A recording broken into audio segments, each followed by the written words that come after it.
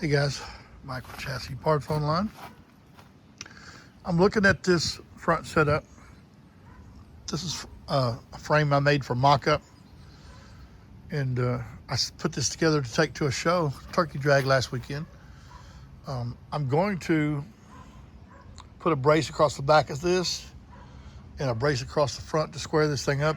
I'm going to do this on a table where I can bolt all this down and make some plates to bolt it up. Then I'll make a stand to put this on with some wheels on the stand where I can roll it in and out of the trailer, on and off the trailer, make it where it sets low or raises up, basically, for when I take it to a show.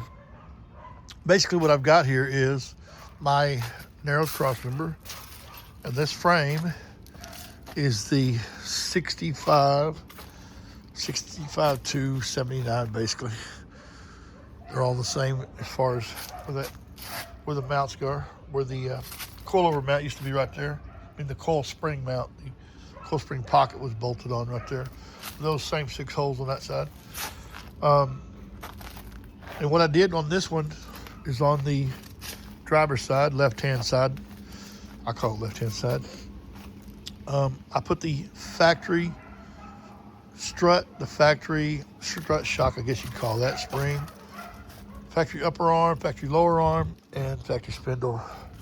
In fact, all this stuff, none of this stuff's even tight because I didn't take any metric wrenches to tighten it all up. I need to tighten it all up. I probably should paint all that stuff. It would look good, better painted. Even the frame would look better painted, sandblast it, painted, or powder coat or whatever. Anyways, and you can see that mount right there just bolts onto those same 6 holes. It's bolted through the frame box, bolted into the crossmember. So all 6 of those bolts go all the way through all 3 pieces. The frame box has 2 bolts here on the bottom, has 2 bolts in here, inside here, that go into the frame box. On the newer version of this, there's a hole here and a hole here, right above those 2 holes. We can stick a socket down through there to tighten those up, make those easier to tighten. And this side has arms that come down and brace to this outer plate. Outer plate bolts through to it. Okay, that looks like a pretty strong setup. And I don't even have those bolts. The cam bolts are inside there. They're not even tightened down. Okay, but I'm going to do that. Rear arm mount, I had bushings for one side but not the other. But that's how that mounts. Those 2 holes are in the frame from the factory. You just have to drill them from 3/8 to a 1/2 inch, or run a reamer through them. I prefer a reamer. So on this side, we have my tube shorter control arms. Okay, 1 inch shorter than stock. These use a coilover, and that coilover is just a cheap eBay coilover I used for mock-up in the shop. On the top, you've got my 1 inch shorter upper control arms, and these are an adjustable version. Even though with this crossmember, you do not need the adjustable version most of the time, unless you're going really, really, really low. There's enough adjustment with these cam bolts, cam washers, as you can see right there. There's enough adjustment here. You got a full inch of adjustment back and forth. That's plenty enough to get out even a lot of camber. So that's what that setup looks like. Factory spindle on there. None of this stuff's even tight either. I think it's tight down there. No, it's not. See, don't even have the right bolts in here. Don't have the right spacers in here yet. But that coilover mounts in those same 6 holes. On the upper mount, we're mounted to 2 holes on the outside and 2 holes on the inside. Same 2 holes on the other side, but you got an extra 2 on the outside because this mount does not go down to the outside out here. That's where that mount would be. If you had a bag mount, it would be the same as that. It'd mount to these 6 holes, or at least 2 of these holes, and kind of stick out from there. As you can see, there's not much room for a bag there, but there is some room. I'll show this mocked up with a bag probably when I take this apart and clean all these parts up and repaint them. Yeah, they're all painted. They're not. No, this is powder coated. I just painted it for looks. Anyways, I made a video the other day, walk around video like this, at the show. The problem is the show was pretty loud, so I didn't know if I was being heard well enough. But as you can see on the back there, I didn't have bushing. I didn't have bushings for that. But it's, see, it's just about the same spot. There's a, you could probably use, I can move a little bit, use a spacer or something maybe right there at the most. That one there, I didn't have the inner sleeve for it. As you can see, it's moving all around. It can go with the correct spacer in the inside of it. It falls right into the middle. Anyways, if you're not familiar with my narrow cross member, it's 4 3/4 inches narrower than the Crown Vic, and these arms are 1 inch shorter than stock. That puts you about where the truck was before, with the about 60 1/4 inches, which is about what the truck was from the factory. Anyways, got rack mounts here. These use a Lincoln Mark 8 rack. No, the Mustang electric rack will not work. It's too wide. It's too wide by quite a bit.